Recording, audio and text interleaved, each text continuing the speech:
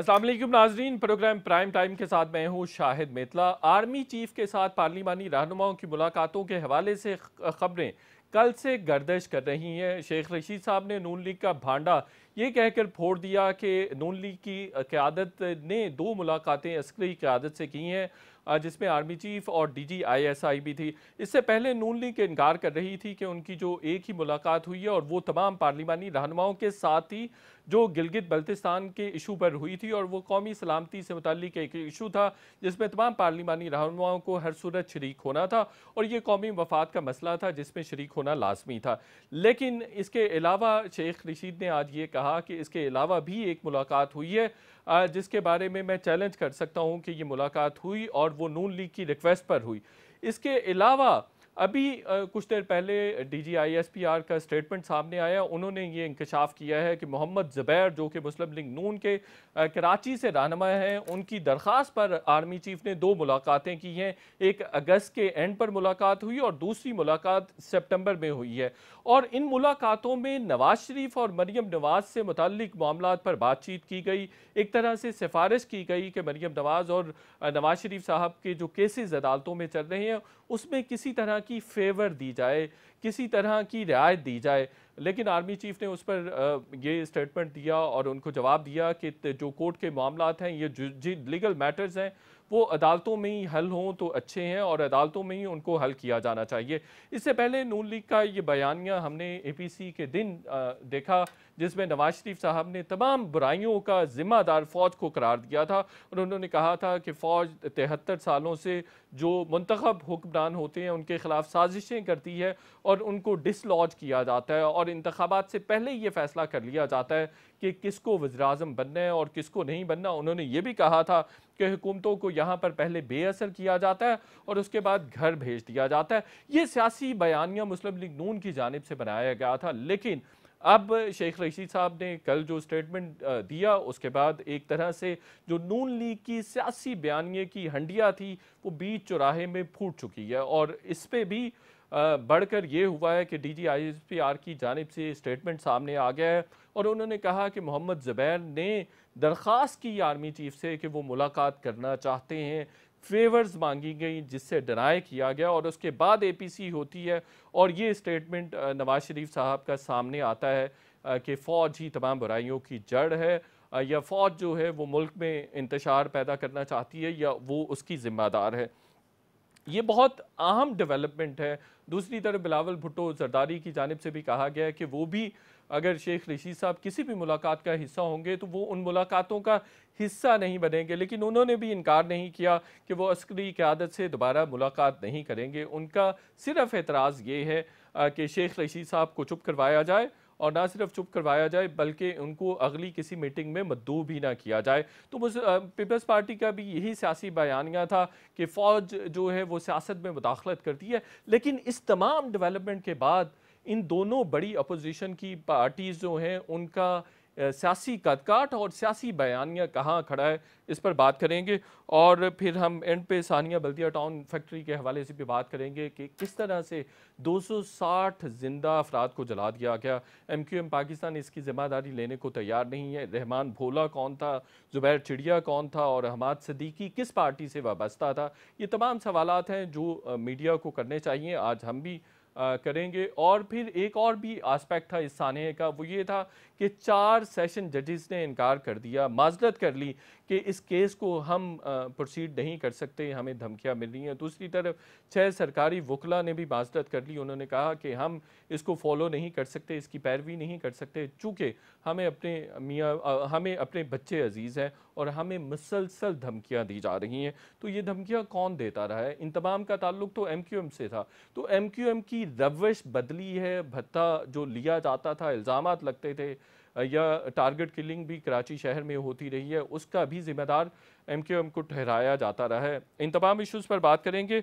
इब्राहिम खान साहब PTI के senior रहनुमा हमें ज्वाइन कर रहे हैं। डॉक्टर निसार चीमा भी शरीक गुफ्तगू होंगे। इसके अलावा जावेद हनीफ साहब हैं, MQM से इनका ताल्लुक है, ये भी कराची स्टूडियो से हमें ज्वाइन कर रहे हैं। नादिर गबोल साहब पाकिस्तान पीपल्स पार्टी से इनका ताल्लुक है, ये भी हमें ज्वाइन कर रहे हैं आज के शो में।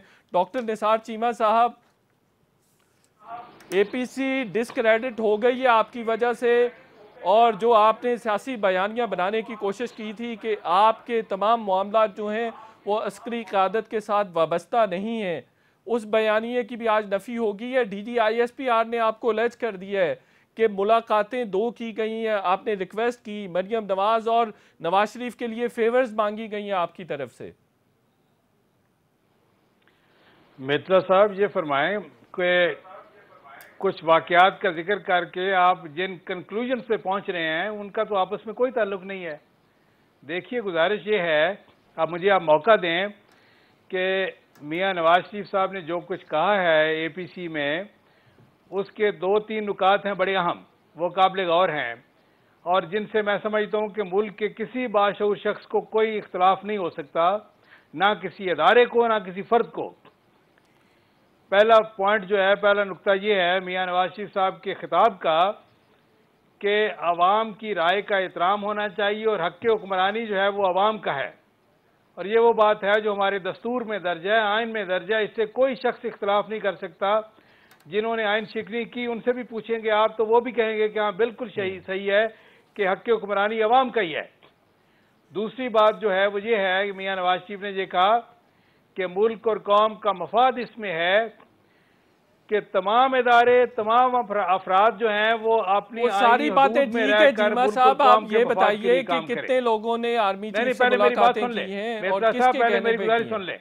मेहता साहब पहले मेरी गुजारिश सुन ले कि जो मियां साहब ने दूसरा पॉइंट जो मैं गुजारिश कर रहा था कि तमाम अफराद को और तमाम इदारों को अपनी उन आईनी हदूद में रहकर अपना किरदार अदा करना है जिनका तयन दस्तूर पाकिस्तान ने कर दिया है। तीसरी बात जो है वो ये है, मियां नवाज शरीफ ने जो कही कि मीडिया पे कोई कदगन नहीं होनी चाहिए, ना किसी सहाफ़ी को उठाना चाहिए, ना उसको अगवा करना चाहिए, ना उस पर तशद्दुद होना चाहिए, मीडिया को आज़ादी के साथ अपना किरदार अदा करना चाहिए। मुझे ये फरमाइए, तीनों नुकात में से आपको किससे इख्तलाफ है? आप मुझे इस बात पे इख्तलाफ है कि आप जो बार बार कह रहे थे कि आर्मी चीफ से आपकी कोई खुफिया मुलाकातें नहीं हुई, मरियम नवाज साहिबा ने भी तरदीद की कि किसी भी नवाज शरीफ के नुमाइंदे की मुलाकात नहीं हुई है, लेकिन DGISPR ने स्टेटमेंट जारी कर दिया इस पर। मेहतरा साहब, दूसरी बात जो है वो ये है, बड़े अफसोस की बात है कि आपने अपने इंट्रो में ये फरमाया है, आपने ये फरमाया है कि जी मुस्लिम लीग नून ये कहती रही है या मियां नवाज शरीफ ये कहते रहे हैं कि फौज सारी बुराइयों की जड़ है और फौज मुल्क में इंतशार पैदा कर रही है। मियां साहब ने कब कहा है? फौज की बात नहीं है। हम इदारा जो है उसका एहतराम करते हैं, इदारा हमारा महबूब इदारा है, कौमी इदारा है। आप ये बता दें आपकी लीडरशिप ने कितनी मुलाकातें की हैं? नहीं, पहले मेरी बात सुन ले कि ये इदारा जो है, मैं कई बार गुजारिश कर चुका हूं कि ये दो इदारे, अदलिया और फौज जो है वो हमारे मुकद्दस इदारे भी हैं, मोहतरम इदारे भी हैं, और फौज जो है सिर्फ मुकद्दस और मोहतरम नहीं, महबूब इदारा है। और इसमें यह है कि जो इसकी देखें, कौम को इससे मोहब्बत है। ये जुबैर साहब ने मुलाकातें की हैं आर्मी चीफ से, ये बताइए इस इदारे की गैर जानबदारी को बरकरार रखा जाए, बिल्कुल बरकरार देना बनाया जाए। ठीक कह रहे हैं आप। ये बताइए, मोहम्मद जुबैर साहब ने आर्मी चीफ से कितनी मुलाकातें की हैं? नहीं, मुझे तो नहीं पता, आप ये तो मोहम्मद जुबैर साहब से पूछना चाहिए, मुझे नहीं पता जी। मैं तो ना उस मुलाकात में शामिल था, ना मुझे पता है जी, उसके बारे में मुझे इल्म नहीं है। लेकिन ये जरूर है, मैंने गुजारिश की है कि ये देखें। ठीक हो गया। नादिर गबोल साहब, जो PTI का ये बयानिया था कि मुसलसल अपोजिशन की जमातें उनसे NRO मांग रही हैं, अब ये NRO की एक सूरत नज़र आ गई है कि आर्मी चीफ को अप्रोच करती रही है पाकिस्तान मुस्लिम लीग नून, और मुसलसल ये कहती रही है कि मरियम नवाज़ और नवाज शरीफ साहब के लिए कोई फेवर्स दी जाएं, जिस पर उन्होंने कहा कि कोर्ट के मैटर्स हैं, ये कोर्ट में ही हल होने चाहिए। तो इस तरह का NRO आपको भी इलाज किया जाता रहा है कि आप भी मांगते रहे हैं? नहीं, देखें जी, हमने तो कभी NRO ना मांगा है, ना कभी हमने गैर जमहूरी रास्ता अख्तियार किया है पावर में आने के लिए, और ना हम कभी सपोर्ट करते हैं गैर जमहूरी रास्तों को और गैर जमहूरी कुव्वतों को हम जब भी आए हैं, हम आवाम के वोट से आए, आवाम के पावर से आए, और हमने बहुत बड़ी कुर्बानी दी है। हमारे दोनों जो लीडर्स थे, फाउंडिंग लीडर शहीद जुल्फ़िकार अली भुट्टो साहब और उनकी बेटी शहीद मोहतरमा बेनज़ीर भुट्टो साहिबा, दोनों अपनी जान का उन्होंने कुर्बानी दी है। इस वजह से नहीं कि वो अपने लिए पावर मांगते थे या अपने लिए कोई फायदे मांगते थे, वो हमेशा आवाम की बात करते थे और उन्होंने कभी भी कॉम्प्रोमाइज नहीं किया डेमोक्रेटिक आइडियल्स के ऊपर। तो ये जो एलिगेशंस आ रही है मियां साहब के ऊपर, देखें अभी का तो मैं नहीं कह सकता, माजी का तो ऑन रिकॉर्ड है कि 99 में वो बिल्कुल गए थे बाहर। इस दफा का आई डोंट नो, इस तरह का अगर कोई तो डॉक्यूमेंट आपके है या कोई चेयरमैन बिलावल भुट्टो जरदारी भी ये बात कर रहे हैं कि शेख रशीद को किसी मीटिंग का हिस्सा नहीं होना चाहिए, वो अस्करी क़यादत से मिलने से इनकार नहीं कर रहे हैं, इस बात पर मोतरज़ नहीं है। वो चाहते हैं बस शेख रशीद साहब चुप हो जाएं और नेक्स्ट किसी भी मीटिंग का हिस्सा ना हो। देखें, जो मेरी अंडरस्टैंडिंग है और जो मेरी सोर्सेज हैं वो तो यही बता रही है कि बिल्कुल मीटिंग हुई थी, मगर वो किसी एनआरओ के लिए या किसी डील के लिए नहीं हुई थी। वो नेशनल सिक्योरिटी के इश्यूज के ऊपर हुई थी मीटिंग, जिसमें तमाम सियासी पार्टीज के लीडरान को बुलाया था, चाहे बड़ी पार्टी हो चाहे छोटी पार्टी हो। पीपल्स पार्टी से ऑब्वियसली उनके parliamentary leader and chairman Bilawal साहब हैं, नून लीग से शहबाज शरीफ साहब हैं, और बाकी भी पार्टीज थी, बलूचिस्तान अवामी पार्टी, मौलाना फजल रहमान की JUIF। तो ये मीटिंग कोई किसी जाती फायदे के लिए या नहीं, किसी फ्यूचर पॉलिटिकल में डील भी के लिए नहीं थी। Pakistan Peoples Party army chief और अस्करी क़यादत से मुलाकातें जारी रखेंगे? देखिए, हमारा मौक़िफ़ स्ट्रेट है। शुरू से हमने कहा है कि जहाँ पे भी नेशनल सिक्योरिटी इशू के ऊपर बात आएगी या पाकिस्तान की फ़ायदे में कोई भी इस तरह का कोई मीटिंग कॉल किया जाए, तो तमाम स्टेक होल्डर्स और and obviously when it comes to national security, there is the army is almost the biggest stakeholder. सियासी पार्टीज अपनी जगह, मगर आर्मी की बहुत ज़्यादा कुर्बानियाँ हैं नेशनल बिल्कुल सही, सिक्योरिटी के ऊपर। बिल्कुल सही, तो जाहिर सी बात है, तमाम स्टेक होल्डर साथ में बैठेंगे तभी नेशनल सिक्योरिटी इश्यूज के ऊपर बिल्कुल बात सही है। करेंगे। और जावेद बिलावल भुट्टो हनीफ जरदारी साहब, साहब ने ये भी कहा है। ठीक हो गया नादिर जी कबूल साहब। आपको नहीं लगता कि आर्मी चीफ पार्लियामेंट आके भी ब्रीफिंग दे सकते थे, और जिस तरह से मरीम नवाज ने कहा कि GHQ नहीं जाना चाहिए था, या आर्मी चीफ और DGISI जहाँ पर थे वहाँ पर जाके मीटिंग नहीं होनी चाहिए थी, बल्कि उनको पार्लियामेंट में आकर ब्रीफिंग देनी चाहिए थी? देखिए, ये बहुत एक ऐसा इसका इक़दाम होता है आर्मी चीफ का कि वो आकर पार्लियामेंट के अंदर इस चीज़ की ब्रीफिंग देते हैं। देखिए, फैक्ट ऑफ लाइफ पाकिस्तान की पॉलिटिक्स का एक ये फैक्ट है कि पाकिस्तान की पॉलिटिक्स जो है उसके अंदर इदारों की इंटरफेरेंस भी है, और पाकिस्तान की पॉलिटिक्स बहुत हद तक मैनेज्ड पॉलिटिक्स है। चाहे कोई पार्टी हो, जितने भी लोग ये दावा कर रहे हैं, ये तमाम लोग किसी ना किसी स्टेज के ऊपर किसी ना किसी तरीके से इंटरेक्ट करते रहते हैं, उनसे कंसेशन भी लेते हैं, उनसे सपोर्ट भी लेते हैं, और सारे सिस्टम चलता है इसी तरीके से। तो अगर हम ये कहें कि जनाब पीपल्स पार्टी ने कुछ नहीं किया, पीपल्स पार्टी की आप हिस्ट्री उठा के देख लें, एनआरओ बेनज़ीर भी तो लेके आई थी ना, मियाँ साहब ने भी पहले इसी तरीके से मैनेज किया था और सिस्टम में आए थे सारे। तो जो पाकिस्तान की पॉलिटिक्स है वो इस तरह की पॉलिटिक्स नहीं है कि बेमहार कोई चले आ रहे हैं। पाकिस्तान की पॉलिटिक्स आप फैक्ट ऑफ द लाइफ जो है मैनेज्ड पॉलिटिक्स है, जो मैं समझता हूँ इसके अंदर। और इसकी वजह ये है कि हमारे जो नेशनल सिक्योरिटी कंसर्न्स हैं, इस रीजन के अंदर कंसर्न्स हैं, इंडिया के साथ जो हमारा इंटरेक्शन है, अफगानिस्तान है, ईरान है, जो बहुत सारी सिचुएशन है, तो पॉलिटिक्स जो है वो इस तरीके से होना चाहिए कि नेशनल सिक्योरिटी के इश्यूज़ जो है कॉम्प्रोमाइज़ ना हो। और नेशनल सिक्योरिटी के इश्यूज़ के ऊपर जब भी आप डिस्कस करने जाएंगे, you have to discuss with the economic concern people. तो कोई ऐसी बुरी बात नहीं कि इसमें डिस्कस करते हैं। पॉलिटिकल इश्यूज नहीं डिस्कस होने चाहिए, लेकिन जो सिक्योरिटी से रिलेटेड है वो इश्यूज, इवन वो पॉलिटिकल इश्यूज जिसकी इम्प्लीकेशंस पॉलिटिकल इश्यूज की नेशनल सिक्योरिटी के लिए होती है, नेशनल सिक्योरिटी से रिलेटेड है, वो डिस्कस होने चाहिए। लेकिन ये जैसे कि आपने बात की है कि बहुत ऐसा इक़दाम होता है आर्मी चीफ का कि अगर वो पार्लियामेंट में आ जाते, पार्लियामेंट सुप्रीम में, पार्लियामेंट को जिस तरीके से करने की कोशिश करेंगे, जितना करेंगे इस मुल्क के लिए उतनी ही बेहतर होगा। बिल्कुल सही है। इब्राहिम खान साहब, दो आपका जो स्टांस था एनआरओ लेने का कि दोनों जमातें एनआरओ मांग रही हैं, वो विंडिकेट हुआ है आज जो DGISPR की जानिब से स्टेटमेंट सामने आया है। मुझे ये बताइए, दूसरा एक एंगल ये भी है कि ये जो मीटिंग्स आर्मी चीफ साहब ने कंडक्ट की हैं, ये तो बतौर पॉलिटिकल हेड इमरान खान साहब को करनी चाहिए थी। आप इतने इनएलिजिबल हैं कि ये चीज़ें छोटी मोटी ब्रीफिंग्स भी नहीं कंडक्ट कर सकते?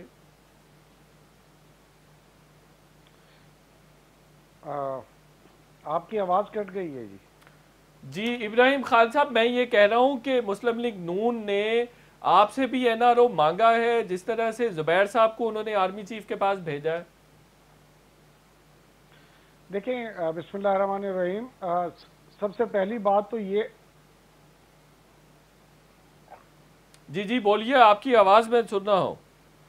ये हमें अपनी आवाज जी, मैं सिर्फ इतना सा बताना चाह रहा था जी कि जब फैटफ का मसला आया तो जितनी इन्होंने उठा के वो फैटफ में रियायतें मांगी कि ये भी ना कर दें, ये भी कर दें, ये भी कर दें, उसको जब हमने पब्लिक किया तो फिर ये नाराज हुए कि जी जो बातें सीक्रेसी में हुई थी वो आप सामने ले आए। भाई हम सामने नहीं ले आए, एक तरफ नेशनल इंटरेस्ट है, एक तरफ दो खानदानों का पर्सनल इंटरेस्ट है।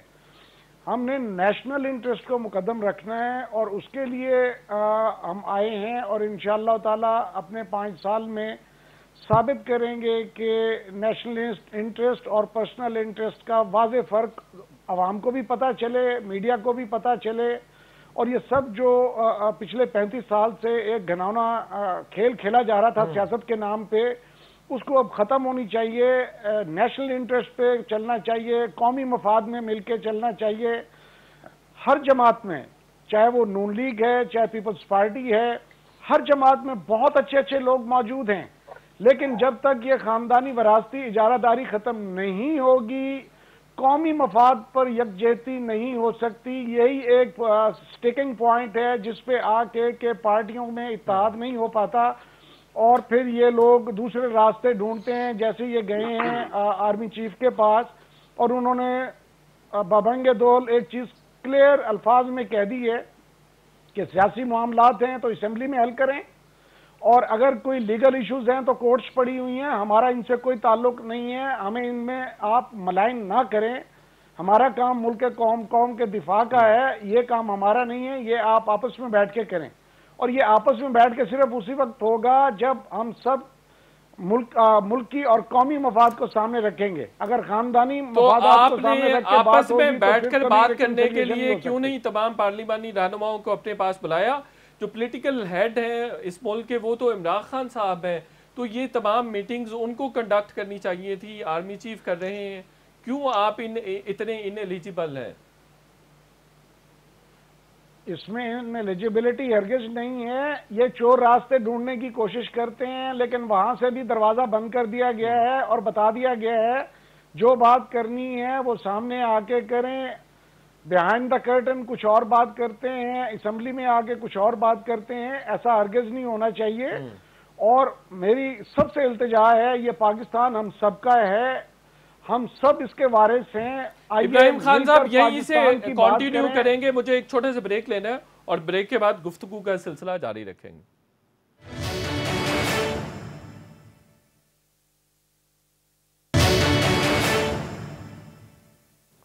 वेलकम बैक नाज़रीन। डॉक्टर निसार चीमा साहब, लग ये रहा है कि जब आपको कोई डील नहीं मिलती या ढील नहीं मिलती तब आपकी पार्टी इदारों पर अटैक शुरू कर देती है। अब भी ऐसा ही हुआ है कि कुछ दिन पहले आपने डील मांगने की कोशिश की, एनआरओ मांगा जो आपको नहीं मिला, और अब जो है 2 दिन पहले 3 दिन पहले आपने इदारों पर अटैक कर दिया। एक तो मिर्जा साहब, फिर मैं ये गुजारिश करूंगा कि आप ये बड़ी ज्यादती फरमा रहे हैं। जो इदारों की बात नहीं है। देखें, जल मुशर्रफ ने जब टेक ओवर किया तो उसने कौन से इदारे से पूछा? क्या उसने वो जो लोग सरहदों की हिफाजत कर रहे थे, हमारे महबूब, हमारे जो हीरो हैं, उनसे पूछ के उन्होंने टेक ओवर किया था? बात यह है, चंद अफराद होते हैं जो अपने जाती मुफादात के लिए पूरे इदारे को मुलव्वस कर देते हैं सियासी मैदान में। लीडर को अफराद का नाम लेना चाहिए था, इदारे का नहीं लेना चाहिए था। आपके लीडर ने इदारे का नाम लिया है। देखें, इदारा चूंकि डिसिप्लिन होता है, वो पाबंद होता है अपने चीफ के ऑर्डर्स का, लेकिन इदारे का कसूर नहीं होता। मैं आपको बताऊं, इदारा देखें, इदारा हमारा महबूब और मोहतरम इदारा है, मुकद्दस इदारा है, वो जिसने बेपनाह कुर्बानियां दी हैं दहशतगर्दी के खिलाफ, आज इस वतन की सालमियत के लिए, इसके तहफ़्फ़ुज़ के लिए, जुग्राफियाई सरहदों के हिफाजत के लिए उसकी कुर्बानियों को। अच्छा, ये बिल्कुल ठीक है, उनकी कुर्बानियों से डिनाई नहीं किया जा सकता। आगे बढ़ते हैं, आप शायद वो बात करना ही नहीं चाहते। मुझे ये बताइए कि आज मरियम नवाज साहिबा ने, सुन लीजिए, मरियम नवाज साहिबा ने इस्लामाबाद हाई कोर्ट ये बात की कि नवाज शरीफ के किसी नुमाइंदे की आर्मी चीफ से मुलाकात नहीं हुई है, और फिर उन्होंने कहा कि नवाज शरीफ साहब के इल्म में ये बात भी नहीं थी कि शहबाज शरीफ साहब दूसरे पार्लिमानी रहनुमाओं के साथ मुलाकात करने GHQ जा रहे हैं या ISI के मैस जा रहे हैं। ये मुमकिन है कि नवाज शरीफ साहब को पता ना हो? नहीं, देखें, बात यह है कि मरीम नवाज का मतलब यही है कि अगर किसी ने मुलाकात की है, जिस तरह कहा जा रहा है, मोहम्मद जुबैर साहब का नाम लिया जा रहा है, तो अपने तौर पे मुमकिन है उन्होंने कोशिश की हो। ये क्या जरूरी है कि उन्होंने मियां नवाज शरीफ ने उनको भेजा है या मरीम नवाज ने उनको भेजा है?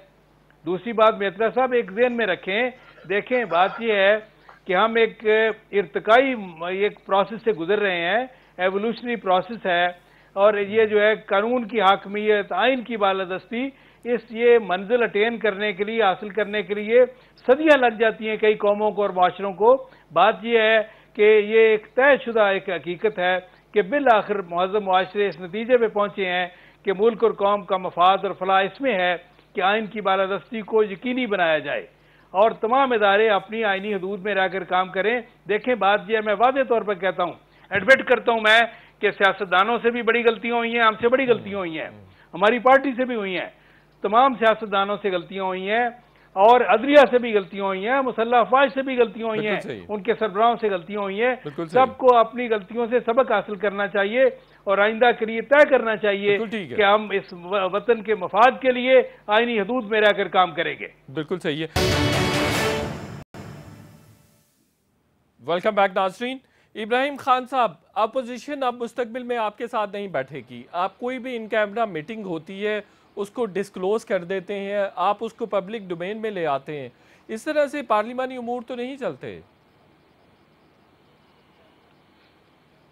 पार्लिमानी अमूर, मुझे सिर्फ इतना सा बता दीजिए कि क्या पार्लिमानी अमूर यही हैं कि ज़ाती मफादात की सियासत की जाए? पार्लिमानी अमूर तो पार्लिमान और अवाम के मुतल्लिका होते हैं कि मुल्की और कौमी मफादात के ऊपर बातचीत की जाए और जो भी डिबेट हो वो सैर हासिल गुफ्तगू हो और उससे मुल्क और कौम और आम आदमी के लिए फ़ायदा हो। लेकिन बदकिस्मती से हुआ ये है कि जिस वक्त अभी चीमा साहब फरमा रहे थे कि अवाम की राय का एहतराम किया जाए, मैं बिल्कुल समझता हूँ, वाकई अवाम की राय का एहतराम होना चाहिए, लेकिन मियां नवाज शरीफ साहब की जो डेफिनेशन है एहतराम की कि अगर मैं बन जाऊं तो अवाम की राय का एहतराम हो गया, अगर मैं ना बनूं तो फिर ये जो है अवाम की अपना वोट को इज्जत दो पे आ जाते हैं और सिलेक्टेड वजीर आजम पे आ जाते हैं। मकसद इनकी डेफिनेशन जो है वो सिर्फ उस वक्त अप्लाई होती है जब ये बरसरे इक़्तिदार हों। दूसरा, मैं आपको थोड़ा सा अर्ज करना चाह रहा था कि इदारे कौमी हदूद में रहें, वो भी उस वक्त तक ठीक है जिस वक्त ये हुकूमत में ना हो। जब ये आ जाएं तो फिर ये जजेस को फोन उठा के डिक्टेशंस देते हैं कि फलां को इतने साल सजा दे दो और फलां को इतने साल सजा दे दो। जस्टिस कय्यूम वाली कन्वर्सेशन आपके सामने है। इन सारी चीजों से हट के मैं जब मुल्क को अगर आप एक जाती मुनाफा बख्श दुकान बनाकर चलाएंगे तो फिर उसके नताइज यही निकलेंगे जो आज हो रहा है। इन चीजों से हमें बालातर होना चाहिए, इन चीजों से निकलना चाहिए, जाती मफादात से निकलना चाहिए और मुल्क को एक डायरेक्शन में जाने की जरूरत है। उसके लिए जो भी मुहिब वतन लोग ये समझते हैं किसी भी जमात से ताल्लुक हो, इकट्ठे होके मुल्की मफाद की बात करें। अपोजिशन ने FATF का जब कानून बन रहा था और फिर नैब इस्लाहात पर भी बात हो रही थी अपोजिशन के साथ हुकूमत की, तब भी सारी चीज़ें पब्लिक डोमेन में आ गई और आपने एलेज किया NRO मांगा जा रहा है। और अब भी ये हुआ है कि शेख रशीद साहब ने जो भी GB के हवाले से मीटिंग्स हो रही थी उनको भी उन्होंने पब्लिक डोमेन में लाकर रख दिया और सबके सामने रखा और ये कहा कि ये इस तरह से मामलात हो रहे हैं। तो इस तरह से तो नेक्स्ट टाइम कानून साजी में आपको बड़ी मुश्किलात का सामना करना पड़ेगा। अपोजिशन आपके साथ बैठेगी नहीं। अपोजिशन का ये कहना है कि आप इमेच्योर हैं, हर चीज को आप स्कटल करते हैं। आप बिल्कुल देखें, इनकी डेफिनेशन ऑफ मैच्योरिटी भी मैंने आपको बताई है, इनकी डेफिनेशन ऑफ जो है अवाम की राय भी मैंने आपको बता दी है। इनकी अपनी जात के लिए और डेफिनेशन है, आम लोगों के लिए, दूसरी पार्टीज के लिए और डेफिनेशन है। अब ऐसा नहीं होगा। आप जो एक डिफाइंड रूल्स एंड प्रोसीजर्स हैं उसके मुताबिक पार्लियामेंट को चलना चाहिए और उसके मुताबिक उसकी हदूद के अंदर रहते हुए हम सबको मिलकर पाकिस्तान के बका के लिए, पाकिस्तान की तरक्की के लिए काम करना चाहिए। ये हमारा बेसिक जो है वो इमेज होना चाहिए, बेसिक हमारी सोच होनी चाहिए। बिल्कुल सही हो गया।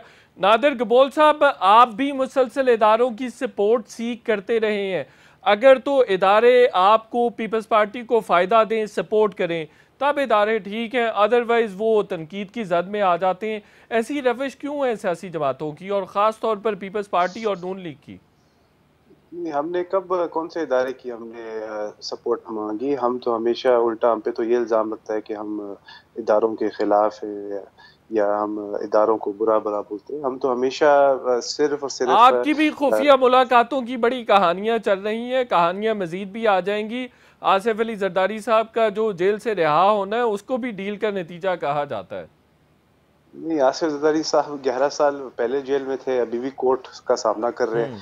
अगर डील करते तो वो शायद चले जाते दुबई या लंदन या अमेरिका, पर वो कोर्ट जा रहे हैं। हालांकि उनकी तबीयत बहुत ख़राब है, फिर भी वो पीछे नहीं हट रहे, वो सामना कर रहे हैं तमाम केसेस का। तो यही तो सबसे बड़ा सबूत है कि 2 हमारे लीडर्स शहीद हो गए, एक हमारे लीडर जेल का सामना कर रहे हैं। तो इससे ज़्यादा बड़ा क्या हम सबूत दे सकते हैं कि हम ताकत का सरचश्मा आवाम को ही मानते हैं, उसके अलावा हम कोई गैर जमहूरी रास्ता इख्तियार करने को तैयार नहीं। और हम यही चाहते हैं कि अवाम जो पाकिस्तान की है वही डिसाइड करे कि कौन प्राइम मिनिस्टर बने, कौन उनकी गवर्नमेंट, अवाम की गवर्नमेंट को लीड करे। क्योंकि जब सही मायनों से वोट से कोई आएगा लीडर और प्राइम मिनिस्टर, तभी वो अवाम को फायदा पहुंचाएगा, नहीं तो वो एक एक्सपेरिमेंटल प्राइम मिनिस्टर होगा और कभी अवाम को फायदा नहीं दे सकेगा। बिल्कुल ठीक हो गया। जावेद हनी साहब, आपकी मंशा से और आपकी इजाज़त से मुझे डॉक्टर निसार चीमा साहब से एक आखिरी इसी टॉपिक पर सवाल पूछता है। डॉक्टर निसार चीमा साहब, ख्वाजा आसिफ साहब ने एडमिट किया है कि उन्होंने इलेक्शन की रात आर्मी चीफ को फ़ोन किया और उन्हें कहा कि इस तरह के मामलात हो रहे हैं धांधली से रिलेटेड, तो उन्होंने कहा कि आप परेशान मत हो, आपके मामला ठीक हो जाएंगे। और ये बात इस्लामाबाद के ड्राइंग रूम्स में पिछले 2 साल से हो रही है कि ख्वाजा आसिफ इलेक्शन उस्मान डार से हार गए थे, लेकिन इस फ़ोन के बाद उन्होंने फ़ोन किया, ये बात भी ड्राइंग रूम्स में हो रही थी कि उन्होंने फ़ोन किया और फ़ोन के बाद वो इलेक्शन जीत जाते हैं। तो आप जब पार्लियामेंट को सवरन करने की बात करते हैं, सिविलियन बालादस्ती की बात करते हैं, वोट को इज्जत दो की बात करते हैं, तो तब आप ऐसे लोगों को फारिग क्यों नहीं करते? ये लोग आपकी पार्टी का हिस्सा है, पार्लिमानी रहनुमा है आपके ख्वाजा आसिफ साहब असेंबली में। मित्र साहब, आपने ये फरमाया है कि जी वो उस्मान डार से हार रहे थे ख्वाजा आसिफ साहब, हार गए थे, हार गए थे, पिछले 2 सालों में, पिछले 2 साल में ये इस्लामाबाद के ड्राइंग रूम में बात हो रही है जी।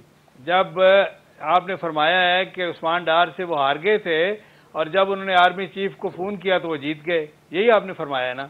इसका मतलब ये है कि आर्मी ने या आर्मी चीफ ने उनको जितवाया है। आपको खुद ये कह रहे हैं, आपका मतलब ये है कि आर्मी चीफ ने उनको जितवाया। उन्होंने कल एडमिट किया है ख्वाजा आसिफ साहब ने। नहीं, आप तो खुद कह रहे हैं कि उस्मान डार से वो हार गए थे, आर्मी चीफ को उन्होंने फोन किया तो फिर जीत गए। ये देखिए आप इल्जाम लगा रहे हैं आर्मी चीफ पे, इतना ना करें। आर्मी ने नहीं जितवाया ना, आर्मी चीफ से फोन करने का मकसद ये था कि चूंकि फौज ये सारे पोलिंग स्टेशन पे तैनात थी, सिक्योरिटी अरेंजमेंट्स वो कर रही थी, तो जाहिर है कि फौज के सरबराह जो हैं उनको एतमाद में लेके कि ये, ताकि फौज जो है किसी में उनके जो पॉइंट ये है कि मीठा मीठा डॉक्टर निसार चीमा साहब और कड़वा है। पॉइंट ये है, बाकी सारे पॉइंट छोड़ दें। आप जो आपको कोई फेवर मिल जाए तो आप ठीक है। नहीं, आप अजीब आप ये बात करें मित्र साहब, आप तो इल्जाम लगा रहे हैं, आप एंकर बने ना, आप जज बन रहे हैं, बल्कि ये कि आप तो मुद्दई बन गए हैं। आप एक तरफ ये आप खुद कह रहे हैं कि ख्वाजा आसिफ उस्मान डार से हार गए थे, आर्मी चीफ को फोन किया तो जीत गए। ये क्या तरीका है? ये है, आप ये देखिए जो इल्जाम लगा रहे हैं आप, इल्जाम है आर्मी चीफ पे और फौज पे। पॉइंट ये है, पॉइंट चीमा साहब आप ट्विस्ट ना करें, बात ये है कि अगर आपको कहीं से कोई फेवर मिल जाए तो फिर सब ठीक है, सारे इदारे भी ठीक है, फौज भी ठीक है, अदलिया भी ठीक है, और अगर फेवर ना मिले तो तमाम इदारे बुरे हैं। ये इस तरह की डिप्लोमेसी, कोई फेवर नहीं चाहते, हम कोई फेवर नहीं चाहते। हम चाहते हैं कि तमाम अफराद, तमाम इदारे, तमाम अफराद आइन के मुताबिक आइनी हदूद के अंदर रहकर अपना किरदार अदा करें। बिल्कुल ठीक हो गया, बिल्कुल ठीक है। चले सानिया, बल्दिया टाउन फैक्ट्री की तरफ चलते हैं। बहुत बड़ा सानिया था जो कि नहीं होना चाहिए था। जावेद हनीफ साहब, मुझे ये बताइए, ये जुबैर चिड़िया, रहमान भोला, हमाद सदीकी कौन थे? MQM के लोग नहीं थे? देखें, इसको जो है देखने के 2-3 तरीके हैं। पहली बात तो ये है कि मैं इस वक्त जो प्रेजेंट MQM है उसके अंदर सिर्फ एक आदमी एसोसिएटेड था इसके अंदर, रऊफ सिद्दीकी साहब, वो बरी हो गए। लेकिन सिद्दीकी कौन थे? सुन लें ना, पूरी बात सुन लें मेरी, मैं बिल्कुल उसको मैं डिनाई नहीं कर रहा। वो जो लोग इसके अंदर जिनके ऊपर इल्ज़ाम लगाया गया, जिन्होंने डिसीजन मेकिंग की है या जिन लोगों ने इसमें हिस्सा लिया है, वो इस वक्त किसी और साइड के ऊपर हैं। और हमारी प्रेजेंट जो इस वक्त लीडरशिप है वो उस वक्त किसी भी डिसीजन मेकिंग के अंदर इन्वॉल्व नहीं थी उसके अंदर। लेकिन इसके बावजूद मैं समझता हूँ कि क्योंकि वो उस वक्त एक यूनाइटेड ऑर्गेनाइजेशन थी, सबकी रिस्पॉन्सिबिलिटी है, इसकी मॉरल रिस्पॉन्सिबिलिटी है। लेकिन क्वेश्चन ये आता है कि ये पूरा प्रोसेस अब आप देखते हैं ना, ये प्रोसेस आप स्टार्ट करें, स्टार्ट से मैनेज्ड प्रोसेस है। मैं एक आपको चीज़ बताने की कोशिश करूँ, देखें जब ऑपरेशंस होते हैं, स्पेशली हमारे मुल्क में सिक्योरिटी ऑपरेटर्स जब ऑपरेशन करते हैं उसके 2 हिस्से होते हैं। स्पेशली किसी भी पॉलिटिकल पार्टी के खिलाफ जब ऑपरेशन होता है उसके 2 हिस्से होते हैं। एक तो फिजिकल कि आप पकड़ रहे हैं, बंद कर रहे हैं, चला रहे हैं, मुकदमे चला रहे हैं। एक दूसरा होता है साइकोलॉजिकल। मैं सवाल कि वो बता किसने मांगा था? सुन ले, रऊफ सिद्दीकी साहब का नाम आया कि बिल्कुल नहीं आया, बिल्कुल नहीं आया, बिल्कुल नहीं आया। मैं आपको पूरी बात आप पहले समझ लें, डायनामिक समझ लें, उसके बाद बाकी चीजों को जवाब दूंगा। अच्छा, शाहिद भाला और अरशद भाला के खिलाफ FIR किसने करवाई?